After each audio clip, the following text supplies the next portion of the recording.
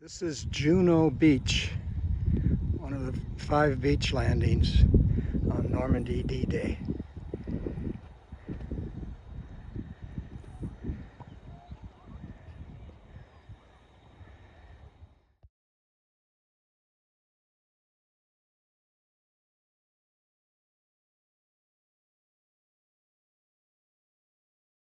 We're now going on a flight simulation in Normandy from Great Britain.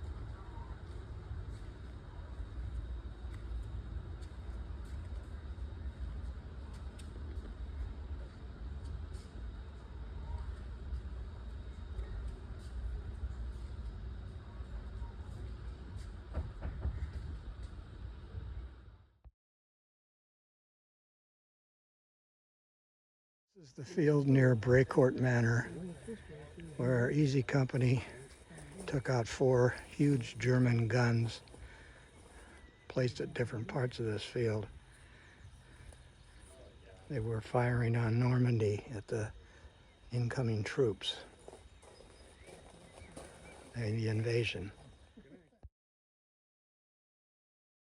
This is Utah Beach, the westernmost of the 5 beaches of Normandy. It's low tide right now. You can see how wide open this field of fire was for the Germans who were firing from the bluffs. The troops had a long ways to go to get up to the safety of the bluffs while being fired at by the Germans. We are now at the guns of Long-sur-Mer.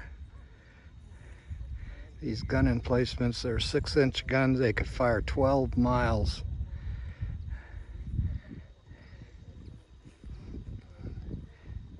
And they're aimed out this way towards Normandy Beach.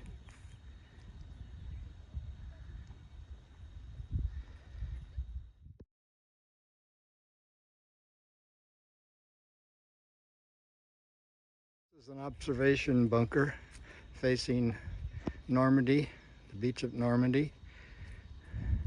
In the Longest Day film, they used this bunker where it showed the German soldier looking through a slit in the bunker here out towards the beach. Suddenly saw 7,000 ships coming towards them with 150,000 troops. This is the beaches at Normandy down here, and Omaha Beach is down this way.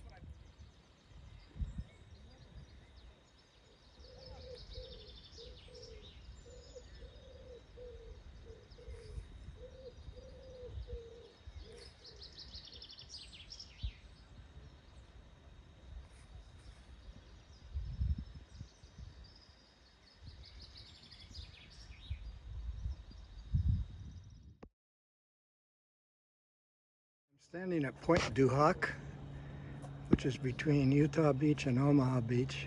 Utah Beach is the direction I'm filming. And those are the cliffs that the 2nd Ranger Battalion had to scale using grappling hooks to get up and encounter the Germans. That had to be an incredibly difficult and dangerous effort. This is the This is the bunker I was just in with the, it's an observation bunker. Maybe I'll see if I can.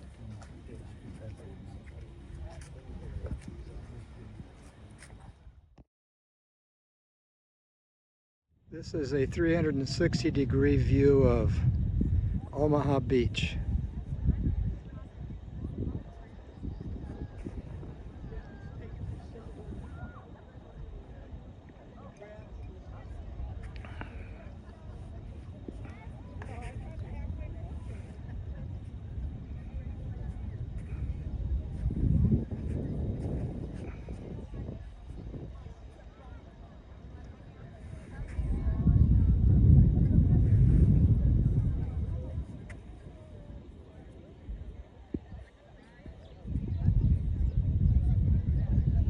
This is Gold Beach, which was the British beach on D-Day, and they created an artificial harbor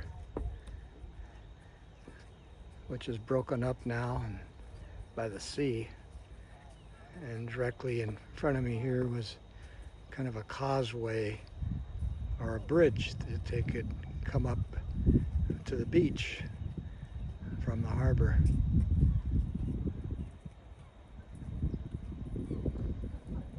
This is Sword Beach, the easternmost of the 5 beaches of D-Day.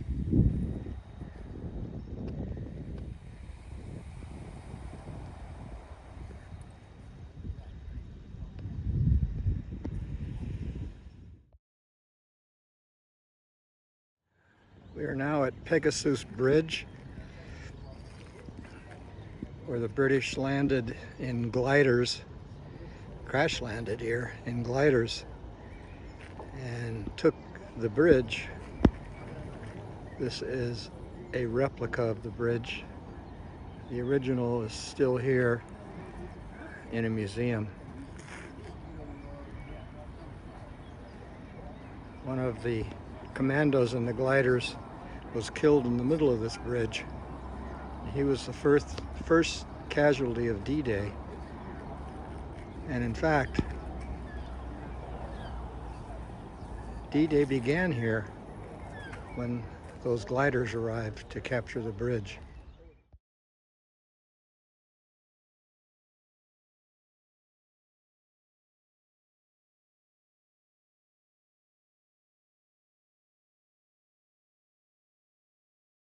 We are still in France, and we've stopped at the underground V2 rocket factory.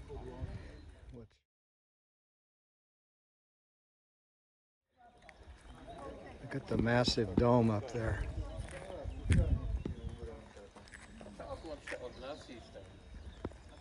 This is a V2 rocket.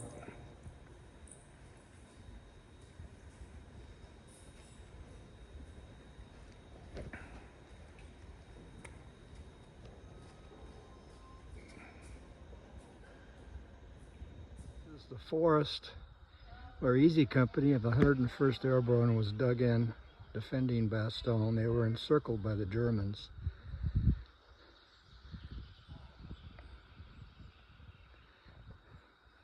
This was featured in the Band of Brothers movie.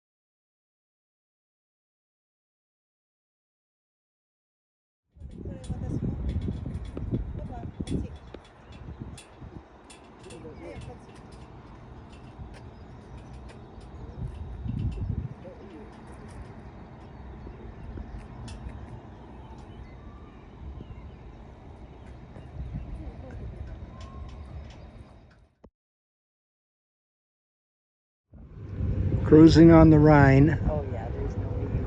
There's two on the scene. That's our hotel up on the hill.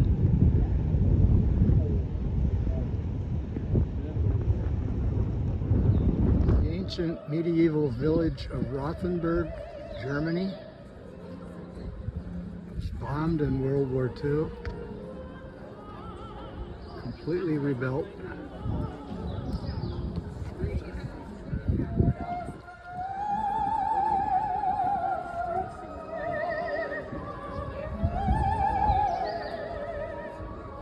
Absolutely beautiful.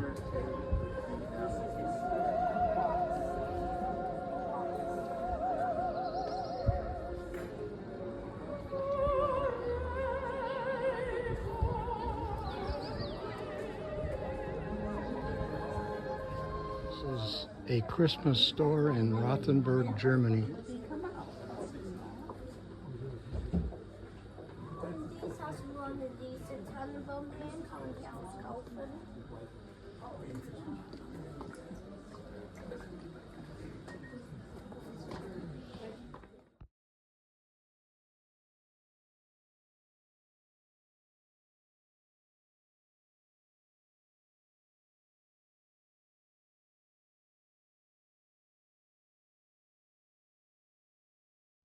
I'm at the Dachau concentration camp in Germany. This was not an extermination camp, it was a work camp, but they did execute people here. And off in the distance there you see the beginning of the blockhouses, they called them, or barracks. And they extended back about 34 rows of barracks. That's a memorial there,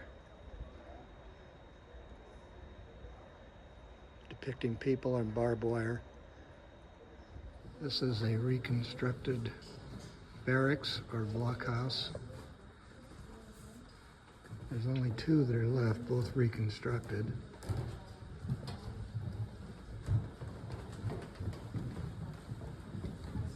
And through that window are the remaining rows where blockhouses were. I think there was like 34 rows of blockhouses out this direction.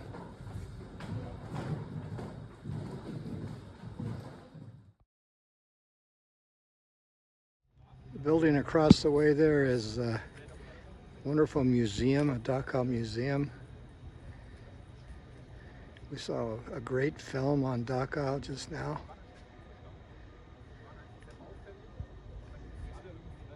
And behind that building is an area called the bunkers, which was the Dachau jail, where unimaginable terror and torture was inflicted on prisoners.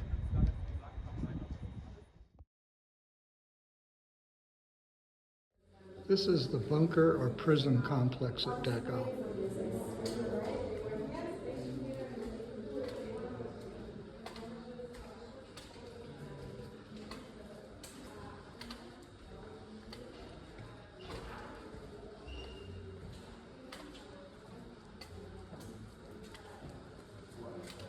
Pretty grim.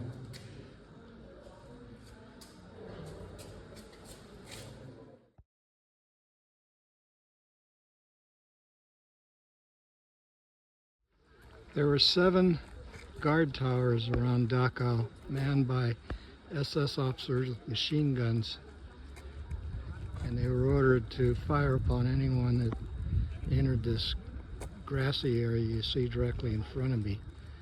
There was a ditch on the other side of the grassy area and an electric barbed wire fence. And I believe there was a wall behind those trees, so it made it almost impossible to escape.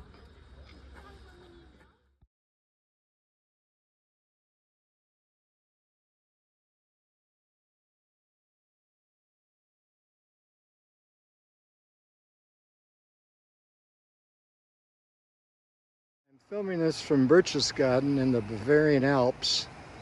It is beautiful up here.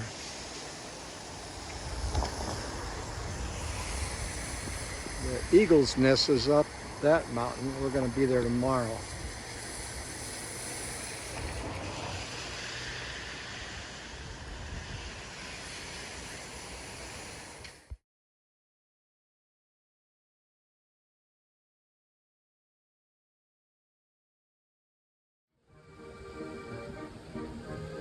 I'm now in Salzburg, Austria, birthplace of Mozart, and location for the filming of The Sound of Music.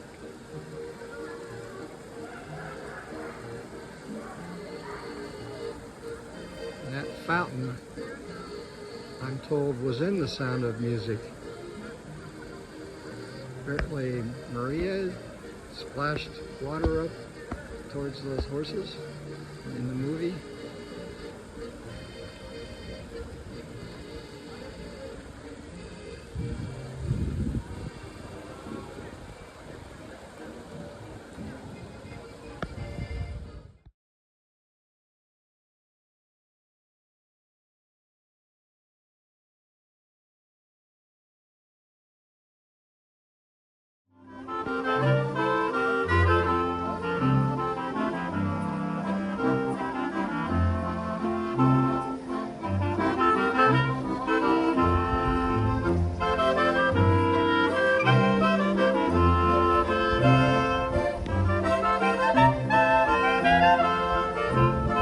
This is the tunnel that leads to a brass-lined elevator that goes up to the Eagle's Nest.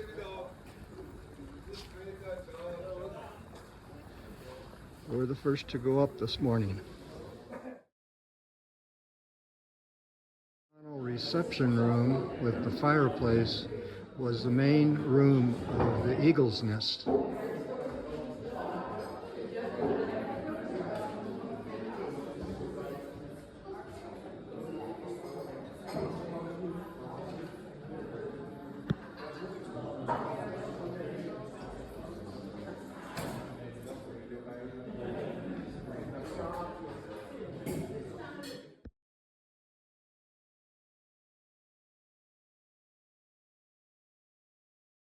The sun terrace at the Eagle's Nest.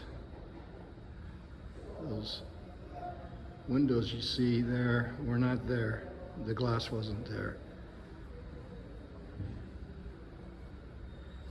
Just looking down towards Salzburg, Austria, where we were yesterday.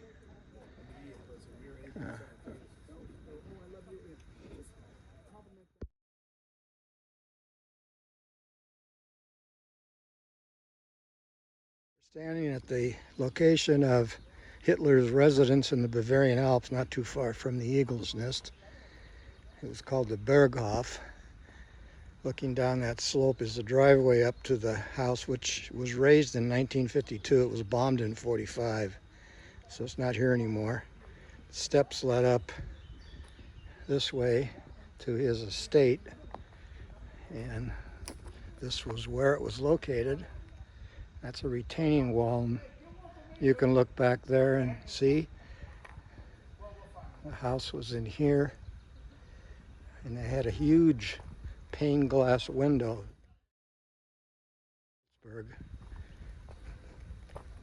believe it was a two-story house, but this was a pane glass window and the view that he had.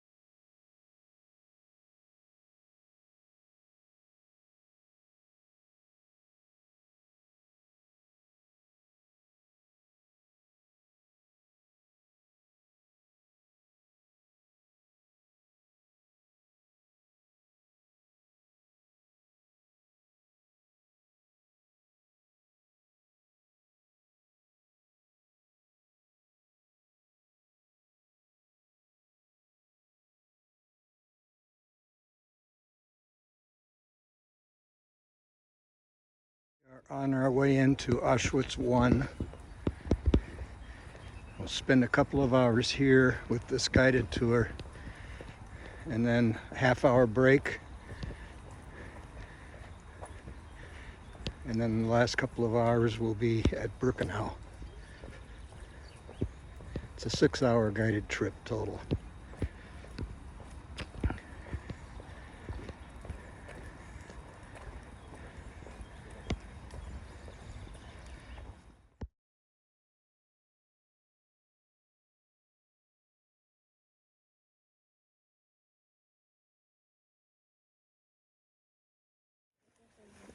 It's an electrified fence. Escape was impossible.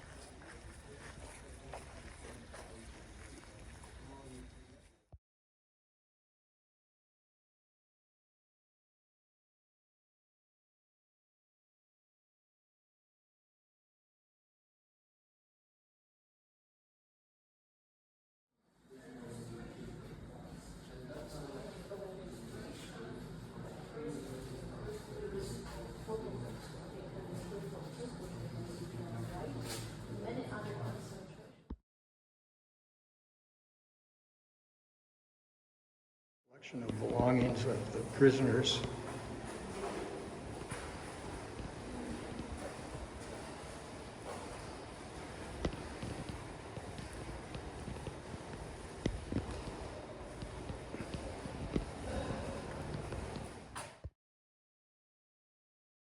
These are shoes.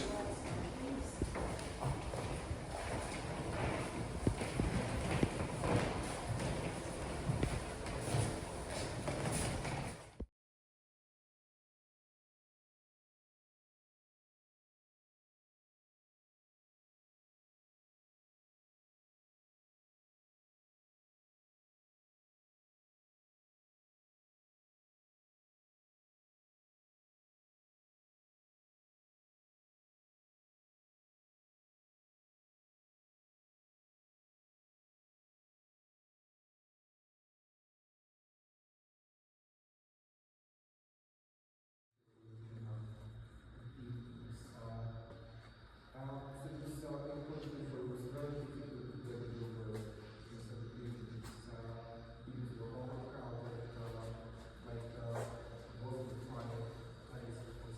to this is this moment.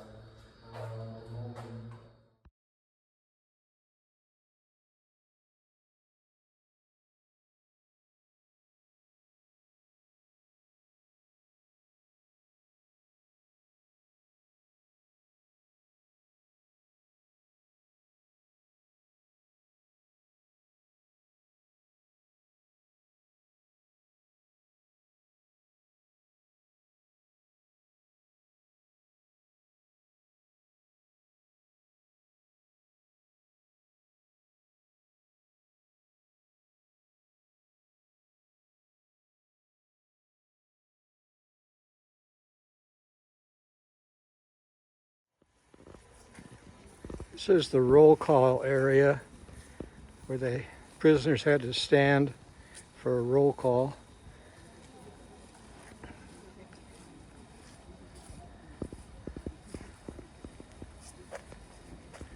And prisoners who were accused of helping others escape were hung right there publicly to terrorize other prisoners.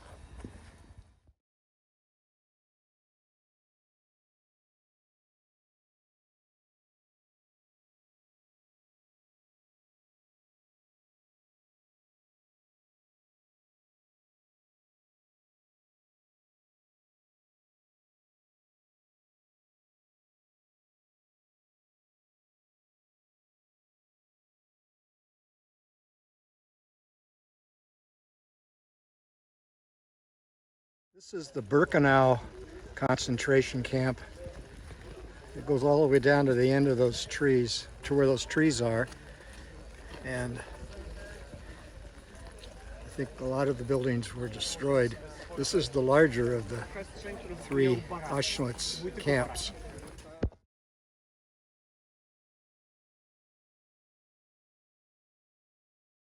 Building is where the prisoners slept. There were 400 in a building like this. This was originally a stable. It was converted by the Nazis into a sleeping area. They had a fireplace there for some degree of warmth, but not much. Toilets. It's the toilet area of this room. And back this way was the washroom in this wooden building.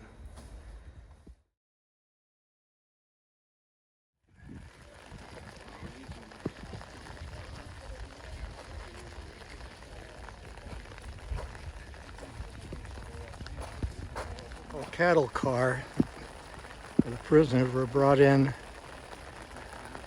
to the camp. 80 people were forced into that car, and at this point where I'm standing here right now is where the decision was made whether to send them to the gas chamber or to send them to work. About 75% were sent to the gas chamber and 25% were assigned to work until they died working.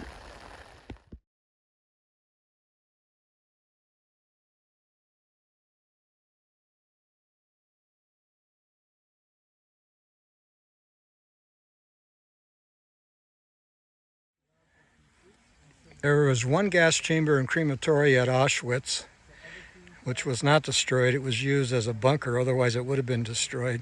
There were 6 gas chambers and 4 crematoria at Birkenau. And they were all destroyed, including this one, which I'm filming now. At one point along this area, they had an undressing room, and they were told they were going to take showers, and led into the gas chamber and murdered. And this is one of the gas chambers and crematoria that was destroyed at Birkenau.